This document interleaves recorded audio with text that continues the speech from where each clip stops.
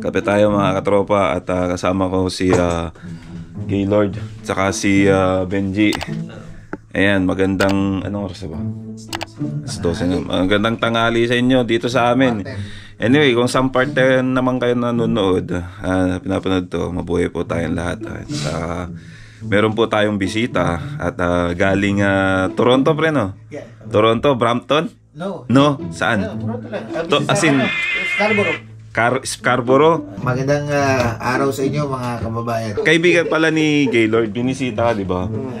Nagsishare siya ng experience niya from Toronto. So parang nakakagulat. So eto, malaking tulong na rin to para sa mga kababayan nating nasa Pilipinas na nagbabalak pumunta dito sa Canada at estudyante, di ba? Estudyante. So gusto lang namin i-share ni Dennis yung experience niya from Toronto.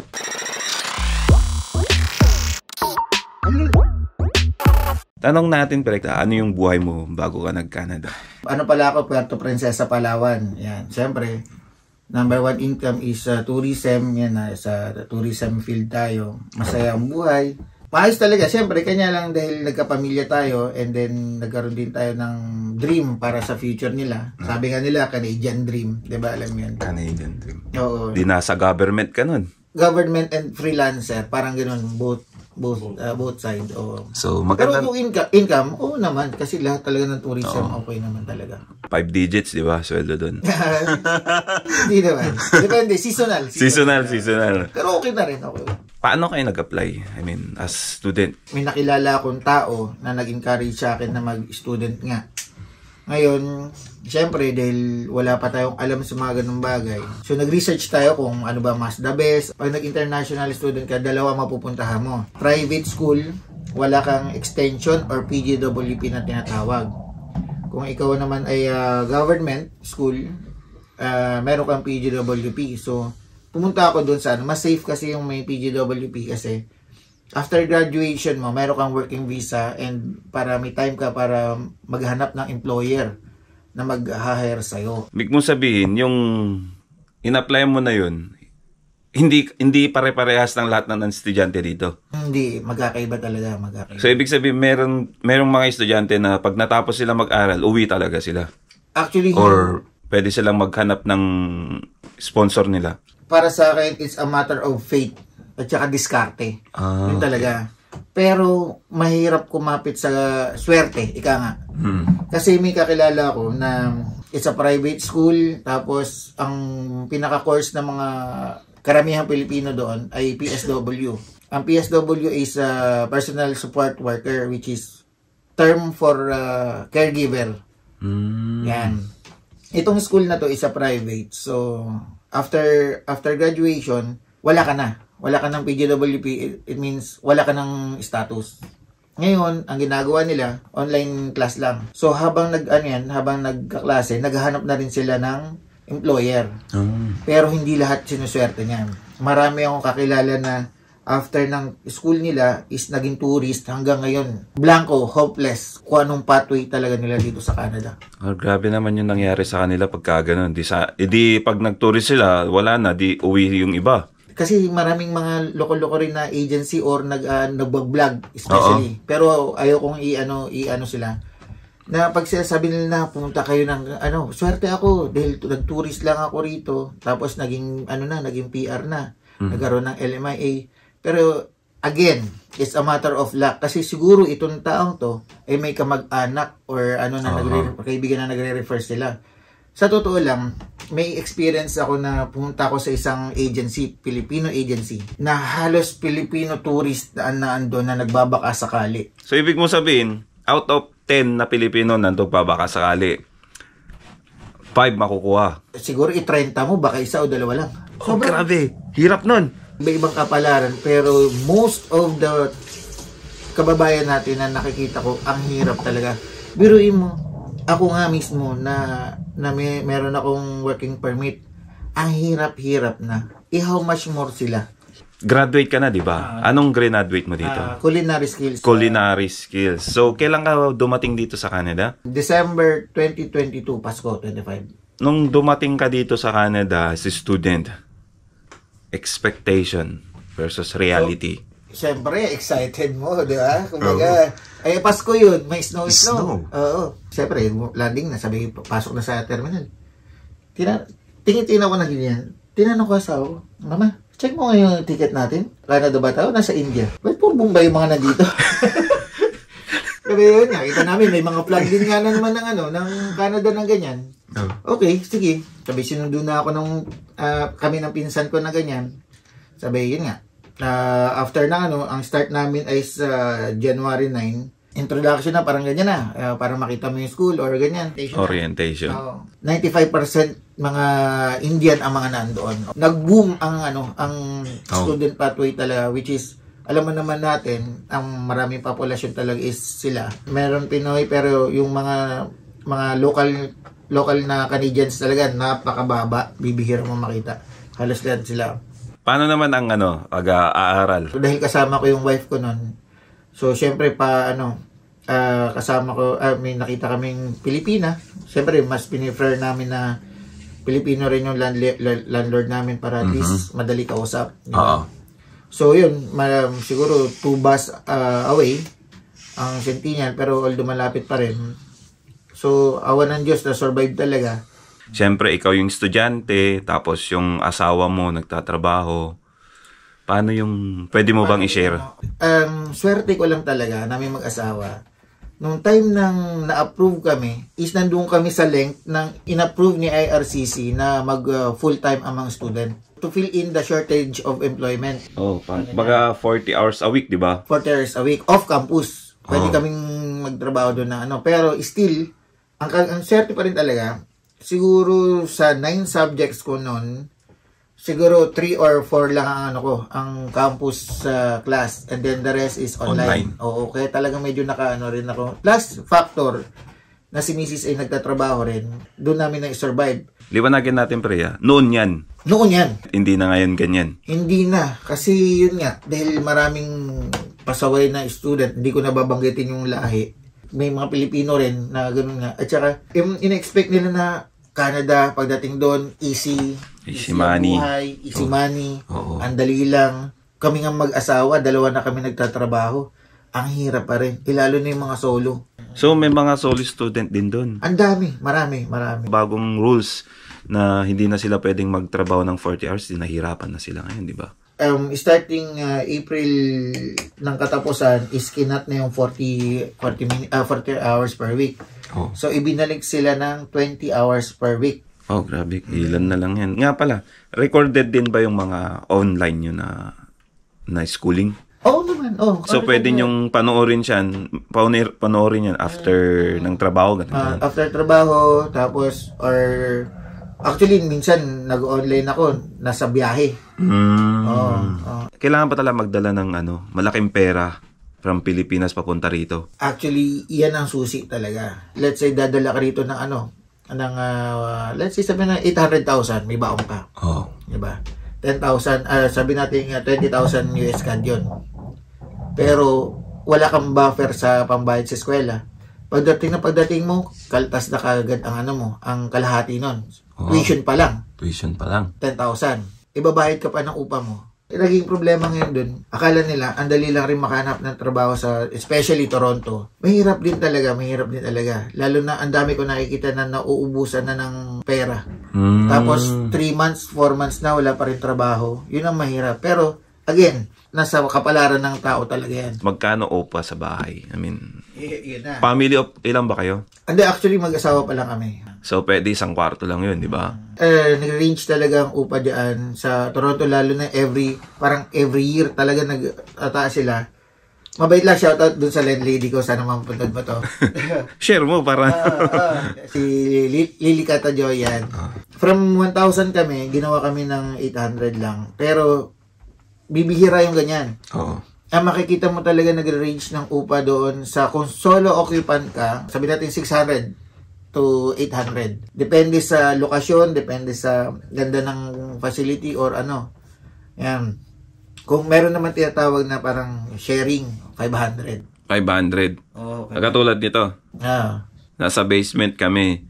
So, 5 kwarto. So, parang sharing na to. Hindi, sharing kayo sa room, pre. Sharing sa room. Oo.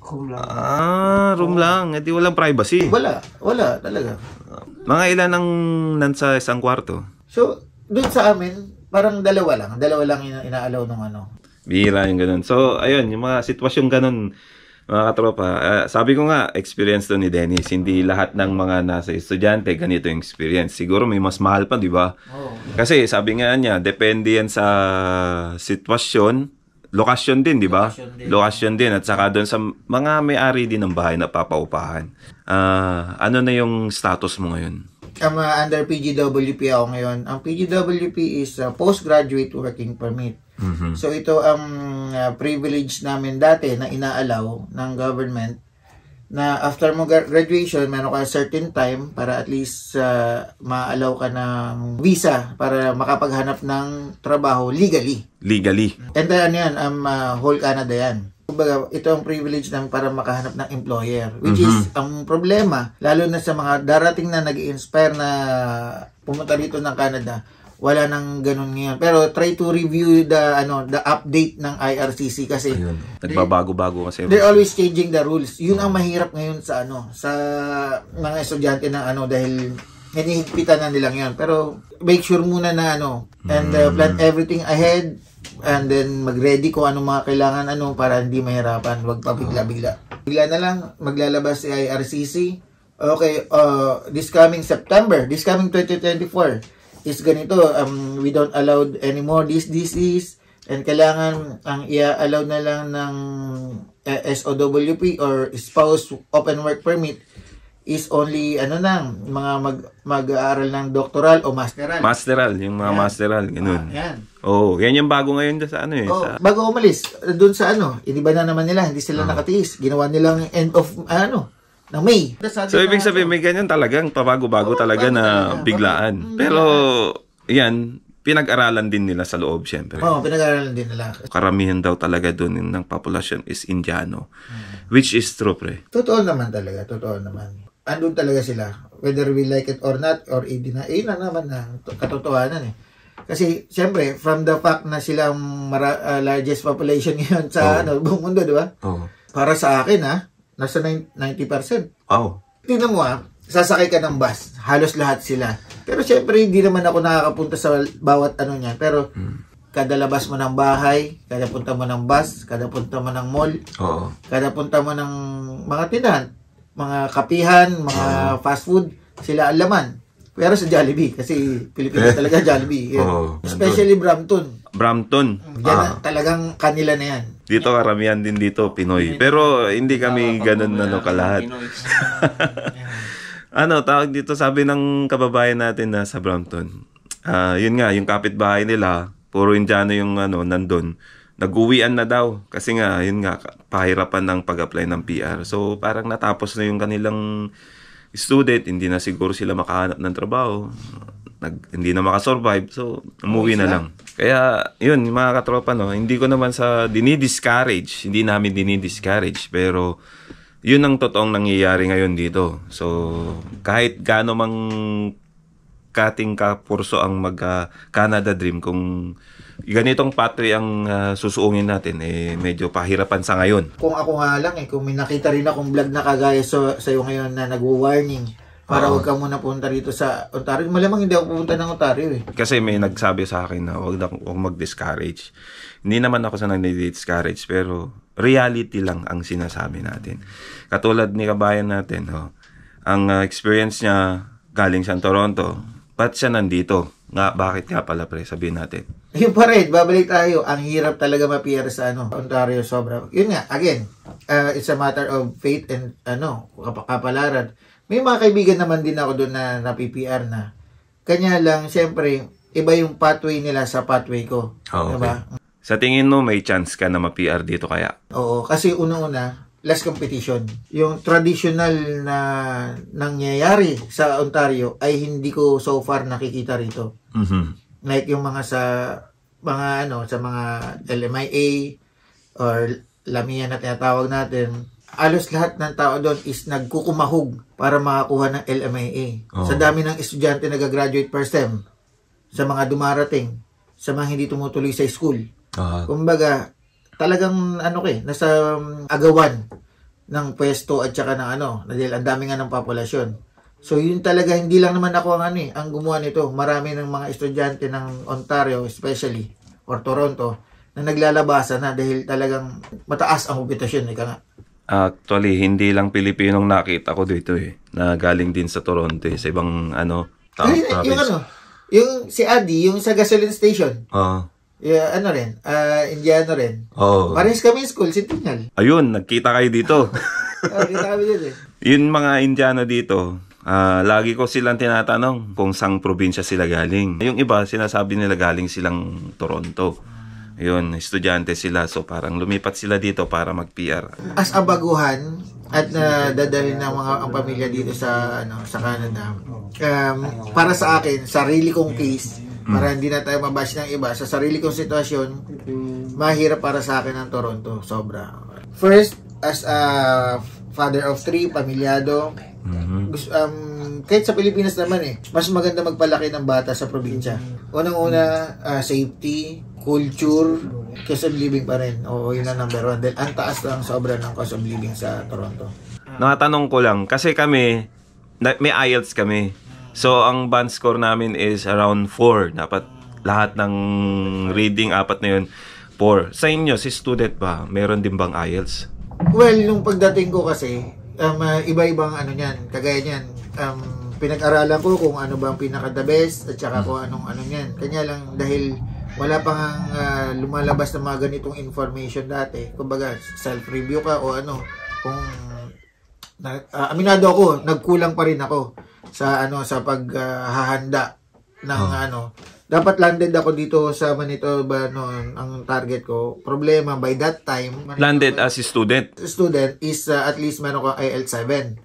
7? Oo, score band 7. So it happened naman nung dati is si Ontario, winave niya si IELTS. So walang IELTS. Doon din talaga ang isang rason kaya nagtambakan ng estudyante sa Ontario. Paano na to, pre? Kung magka-apply ka ng PR dito, kailangan talaga ng IELTS. Planning na rin naman kumuha niyan. Siguro hopefully end of this month kuha ko ng IELTS. 7 pa rin bang kailangan i-reach para sa PR mo? May tier na tinatawag tier 01, 0123 at ikaw ay express entry na tinatawag. Ang lowest mo dapat is score 7, band 7. Taas pa rin. Oo, pero may mga pero nga rin at saka different rules.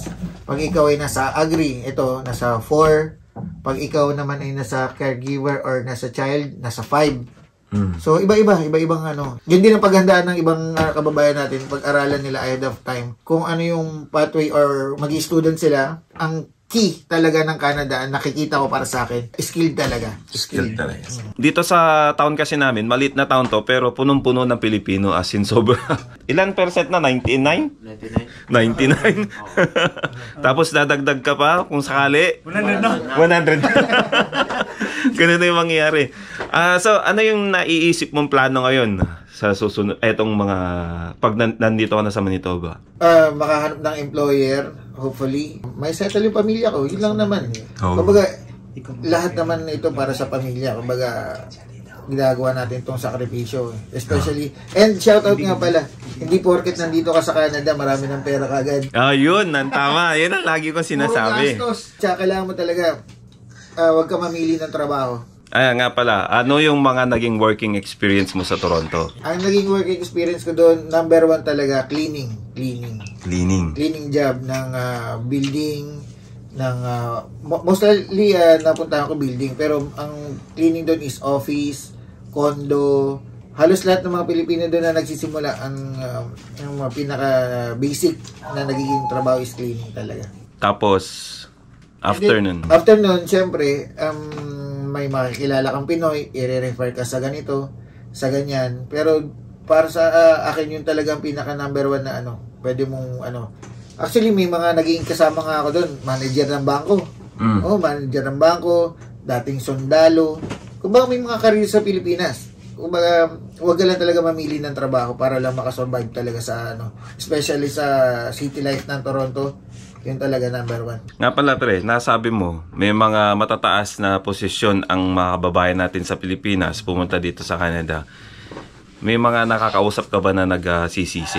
Marami. Kahit ako, natanong ko na yan sa sarili ko. Meron niya kasi time na nasa kusina na ako nagtatrabaho na. Pina-OT kami. Na-out kami ng 12 ng midnight. And ang tsempohan ko is snowstorm. So walang waiting shed. Waiting shed para magtago ka man lang. Andun ka. Talagang full blast ng snow ng hating gabi. Nandun ka nanginginig sa snow at wala ka pang sasakyan. Minsan napayak ako nun, umiyak ako nun, sabi ko, ano bang ginagawa ko rito? Again, kailangan mo talaga ng matatag na isip at saka katawan kasi kung wala ka nun, talo ka talaga, talo ka. Kakainin ka ng depression at saka negatibo, alam mo yun. Ang ibig po sabihin ni Dennis ay yung mindset mo na pumunta dito, meron ka dapat motivation. Motivation, yan. Kasi kung wala kang motivation at gusto mo lang pumunta dito sa Canada dahil na-expect mo, yayaman agad, talagang babagsak ka. Yun yung talagang pinaka main purpose, yung motivation mo para magporsiging dito sa Canada. Kahit anong hirap, susuungin, sabi nga nila, di ba? Ano yung mensahe mo para sa mga kababayan natin na gustong subukan tong pathway na pagiging estudyante? Hindi ko sa pang-discourage, hindi sa pang-discourage po to, pero magbibigay lang si Dennis ng kanyang experience at saka kanyang opinion. Ang magiging payo ko dun sa mga magiging estudyante or nagbabalak, kailangan yung maging ready sa pera, number 1. Pera talaga. Pera number 1. And then, kung kayo naman ay nagbabalak at gusto nyong ibenta lahat ang mga ari-arian nyo dyan sa Pilipinas, which is nangyayari naman talaga yan. Kailangan plan your strategy and goal ahead of time. Kailangan alam mo yung rules ng bagong rule ni Canada. Alam mo yung pathway na ginagawa mo in documents, in plan ahead of time na pag-graduate ko ba, itong and number 1, dapat hindi ka mapili sa trabaho talaga. At saka mahirap ipagsabay ang school, lalo na ngayon halos wala ng online. Sa amin dati may mga online class, ngayon halos wala na. Paano mo ngayon, let's say, lalo ngayon, 20 hours na lang. Kailangan yung backup mong pera is kompleto talaga. Kasi, otherwise, maubusan ka ng pera. Yun ang number 1 na kailangan ready ka sa lahat. Pera, mindset, and everything, lahat talaga ready dapat. Napagplanuhan, yun ang strategy. Ayun mga tropa, no? Kung tatanong nyo kung maganda pa rin ba ang Canada, sa amin, as a temporary foreign worker, kaming 4 dito, okay sa amin. Kasi wala kaming tuition fee babayaran eh. Pero kung sa estudyante katulad ni Dennis, anong masabi mo? Magbaon ng maraming pera, yun talaga. Sa totoo lang, iba na kasi ang dadatnan yung rules kaysa sa akin. Kasi sa akin, ang dami kong privilege na nadatnan. Like, pwede akong magtrabaho ng full time, which is ngayon hindi na. Nadala ko yung asawa ko para to support my study, ngayon hindi na. Ngayon, planaduhin lang talaga nila and alam nila dapat yung rules talaga. So yun mga tropa, at maraming salamat nga pala Dennis sa paanyayang to at sana mga tropa yung na-share ni Dennis ay kapulutan ninyo kung ano man yung mangyayari. And pag-isipang mabuti, yun nga advice niya, pag-isipang mabuti, magdala ng pera kung sakali. Dapat meron kang plan A, plan B, plan Z, mga ganyan, naabutin mo dun. Kasi hindi natin alam kung anong mangyayari sa inyo dito. So, yung shinare niya is about sa kanyang experience at sa mga nakikita niyang mga kababayan natin Pilipino dun. Hindi namin dinidiscourage, kundi binibigyan lang namin kayo ng paunang ano tawag doon? Hindi. Ano ba tawag dito? Heads up na tinatawag, yung heads up. Ano pa Tagalog ng heads up? Babala rin yun. Babala, babala. Babala, hindi naman babala na wag namin pumunta ng Canada. Reminders. Yan, yung mga. Yun. So, ayun mga paalala, yun. Ayun mga tropa, nasa inyo na yan. Balansein yung mabuti. Maganda pa ba ang Canada? Maganda ang Canada, sa totoo lang. Kung ano mo yung may motivation ka talaga. Yun. So, hindi ko napapahabain dahil sobrang mahaba na to. So, yun mga tropa, maraming salamat at huwag nyo pong kalimutang mag-like, mag-subscribe. I-follow nyo na rin yung Facebook ko at mag-comment kayo kung ano yung experience nyo rin sa naging experience ni Dennis. Baka makatulong, mabasa ng mga viewers natin yung experience nyo rin sa pinanggalingan yan o anong sitwasyon nyo. Share nyo, comment lang po kayo mga tropa. So hanggang dito na lang. Oops. Ciao. Baby, you give me ice and fire. Interview. Media. Oh, Media. media. Media to eh.